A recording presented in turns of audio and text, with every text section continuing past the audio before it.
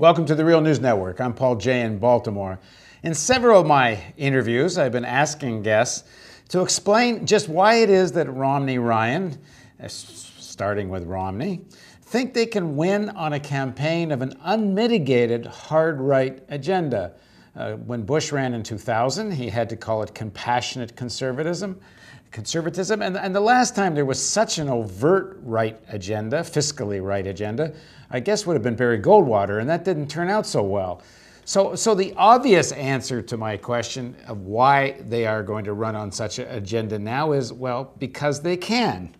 Well, that will be the subject of this interview. If that's true, why can they? What is it about this moment in American history that the Republicans think they can win the presidency with such a campaign? Now, joining us to help us answer this question, is Jeff Foe.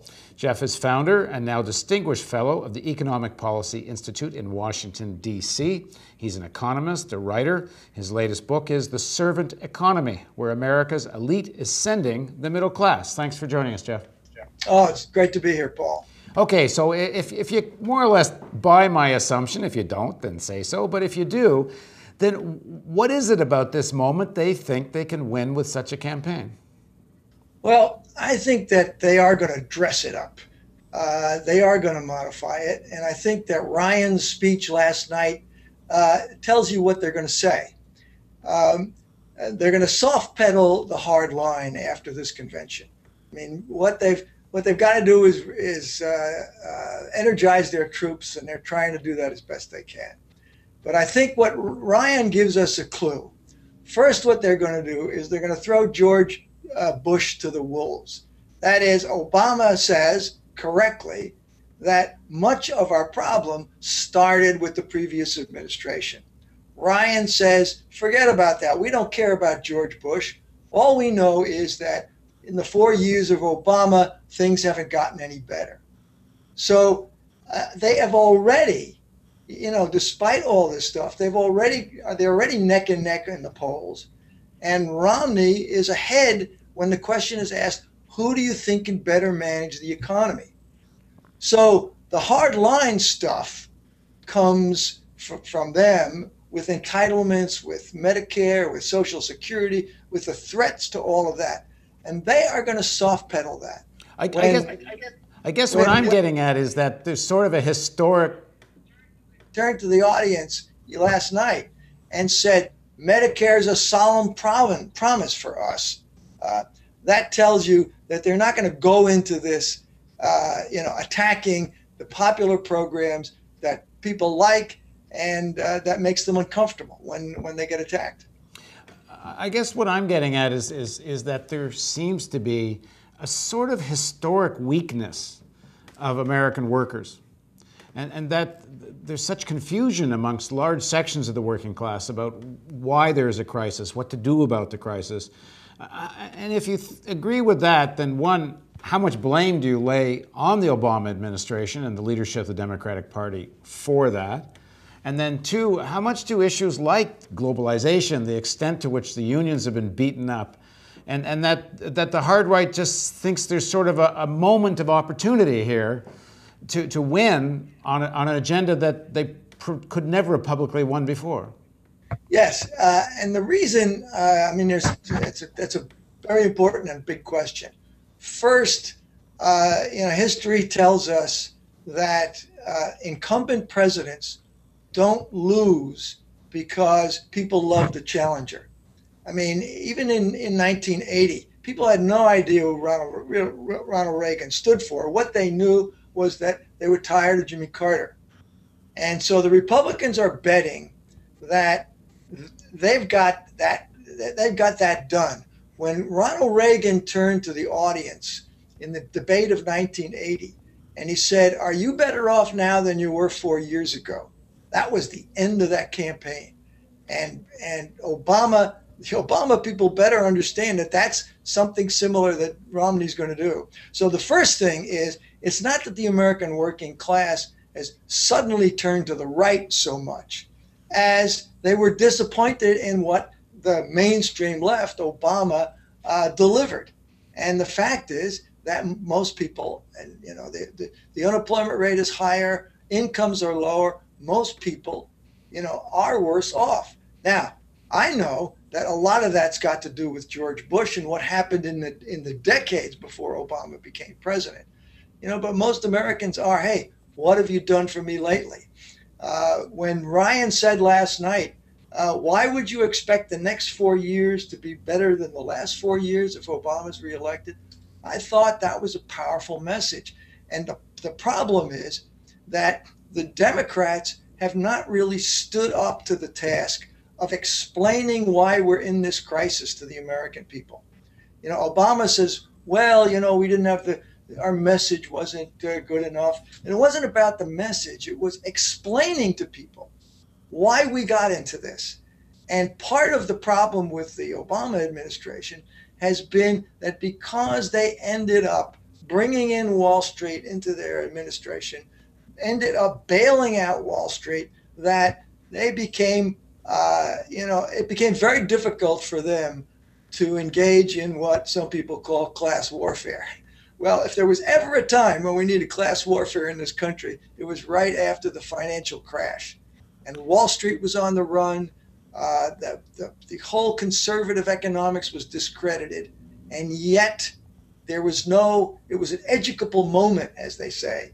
And the Democrats didn't educate people. And now, I guess, and part of that is that the extent to which the Obama presidency is a presidency of a section of Wall Street. He was financed by them. He brought them in to manage the economy. And that's who he was. And in some sense, I don't think you could have had much other expectations of that. It was pretty obvious that's who he was. But what do you make of the leadership of the major trade unions who don't have an independent voice, who have done very little to educate their own members? Maybe you could say they don't have a platform to educate the society, but many of their own unionized members are going to wind up voting for Romney here. But it's still the case that unionized members, union members vote for more progressive and liberal candidates in a much larger proportion than average workers. Part of the problem with the labor movement is that they ended up being too dependent on the Democratic Party. And when Clinton stiffed them on labor law reform, they felt they had no place to go. Obama did the same thing. But it definitely is a problem. The labor unions right now, they've been complaining about Obama. I think the new head of the AFL-CIO is a pretty aggressive, assertive guy. But in the end, they're looking at a possible Romney-Reagan Republican administration that will not just be indifferent to their needs, but will be hostile to their needs. So it's like, this is better than what we could get. Yeah, I've heard that, but it doesn't help with the consciousness raising problem. Yeah, that's the point. Like I hear some of these leaders out talking to their members, campaigning, and they talk about President Obama's our guy. His heart's in the right place. He's on our side. No contextualization, critique, no sense that, okay, maybe we need Obama over Romney, but we have our own interests and Obama's not representing that. There's none of that. It's just straight campaign rhetoric. I agree a little bit. I think there is some of that more than there was in the past. Is there enough? I couldn't argue. But at the same time, they're losing membership every day, and their backs are to the wall. The other side of that coin, Paul, is the question of why don't the Democrats get that if it wasn't for the labor movement, they would never get reelected. And so, the Democratic Party over the last 20 years has watched their major ally weaken year after year after year. And, their reaction was, well, that's none of our business. At the same time, they're taking more money from the corporate sector. Wall Street has infiltrated this administration, as we know. So the balance within the party has shifted considerably. So, the American working class voted 5 years ago, if you'd have said, or 6 years ago maybe, if you'd have said the American working class would have voted for a African American college professor as president of the United States, you'd have thought you were out of your mind. But they did, and they did because the economy was going south under Bush, and I think you gotta look at what the Democrats have come up with to understand why there's so much disaffection. Right. Now, what about?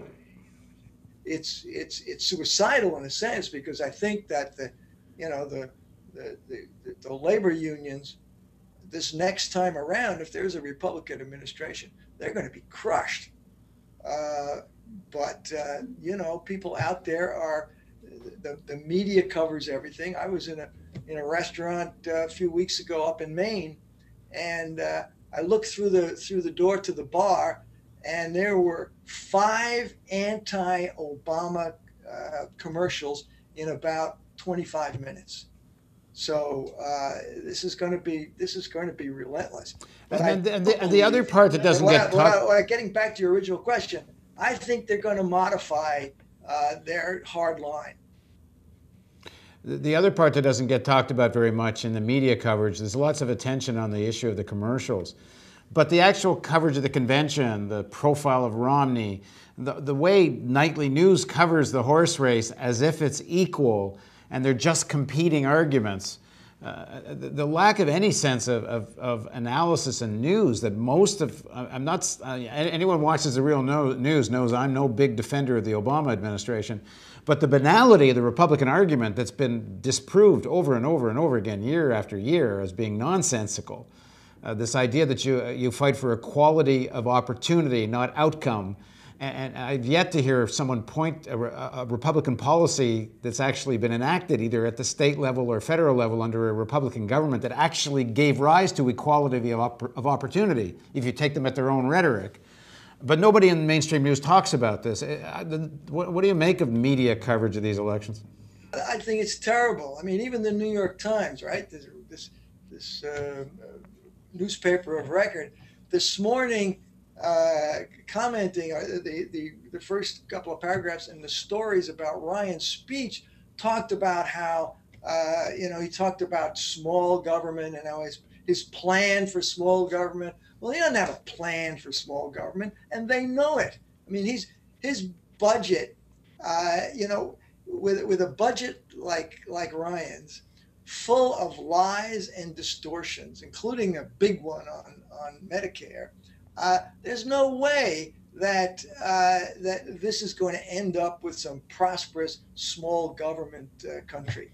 The other thing about government that I think is important is that the Democrats, have conceded the attack on big government. It really started with Clinton, or maybe you could even say with Jimmy Carter, when they started joining the Republicans in their criticism of big government. Bill Clinton said the era of big government is over. So everybody's against big government now. When it's big business and big Wall Street and big banks that got us into this problem, and that if it hadn't been for big government being willing to spend some money in the Obama years, the unemployment rate would be double that it is now. But nobody stands up there and says, wait a minute, this is a big country. We've got big problems.